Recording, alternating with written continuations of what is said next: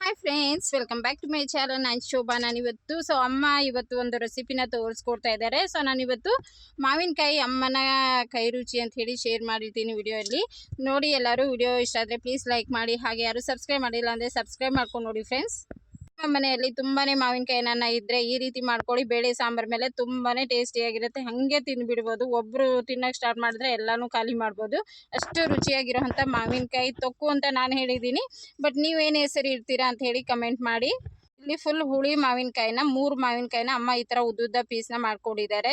ಅದು ಪೀಸ್ ಎಲ್ಲ ಮಾಡಿಕೊಂಡು ನೀರು 1 ಲೋಟ ಕುದಿಯೋದಕ್ಕೆ ಇಟ್ಟಿದೆ. ಫುಲ್ಲು ನೀರು ಕುದೀತಾ ಇರೋವಂಥ ನೀರಿಗೆ ಜಸ್ಟ್ ಒಂದು 2 ಸೆಕೆಂಡ್ ನೀರಲ್ಲಿ ಬಾಯ್ಲ್ ಮಾಡ್ಕೊಳ್ಳಿ ಅಷ್ಟೇ. ಇನ್ನು ಇದು ಜಾಸ್ತಿನೇ ಬೆಂದೋಗಿತ್ತು. ನಾನಿನ್ನು ಅಮ್ಮ ತೋರಿಸಿದ್ರಂತ ಹೇಳಿ ಒಂದು ಸ್ವಲ್ಪ ಡೀಟೇಲಾಗಿ ವಿಡಿಯೋ ಮಾಡಿಲ್ಲ ನಾನು.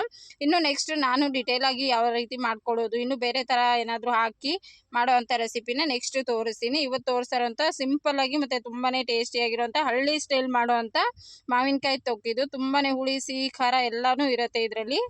ತುಂಬಾನೇ ಹುಳಿ ಇರೋವಂಥ 3 ಮಾವಿನಕಾಯಿನ ಇವತ್ತು ಚೆನ್ನಾಗಿ ಈ ರೀತಿ ಬೇಯಿಸ್ಕೊಂಡಾದ್ಮೇಲೆ ಮತ್ತೆ ಅದನ್ನ ನೀರೆಲ್ಲ ಕಂಪ್ಲೀಟಾಗಿ ಸೋದಿಸ್ಕೋಬೇಕು. ಒಂದು 2-3 ದಿವಸ ಇರುತ್ತೆ, ಇದು ಏನು ಹಾಳಾಗೋದಿಲ್ಲ.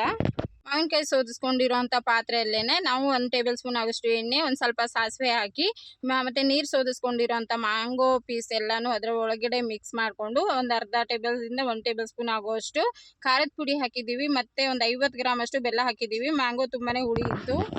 ಹುಳಿ ಸಿಹಿ ಖಾರ ಎಲ್ಲವೂ ಇರುತ್ತೆ ಇದರಲ್ಲಿ.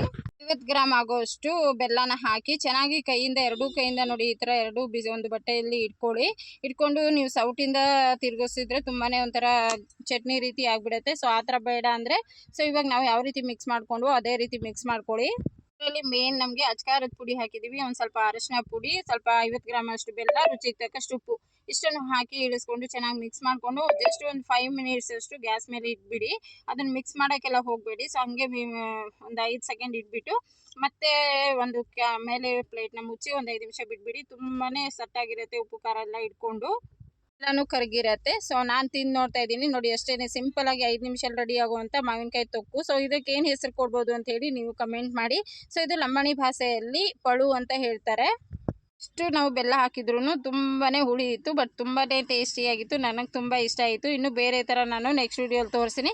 ಇವತ್ತಿನ ಅಮ್ಮನ ಕೈ ರುಚಿ ಮಾವಿನಕಾಯಿ ತೊಕ್ಕು ಇಷ್ಟ ಆಯಿತು ಅನ್ಕೋತೀನಿ. ಇಷ್ಟ ಆದರೆ like and share and comment ಮಾಡಿ. ನೆಕ್ಸ್ಟ್ ವ್ಲಾಗ್ ಸಿಗ್ತೀನಿ. ಬಾಯ್.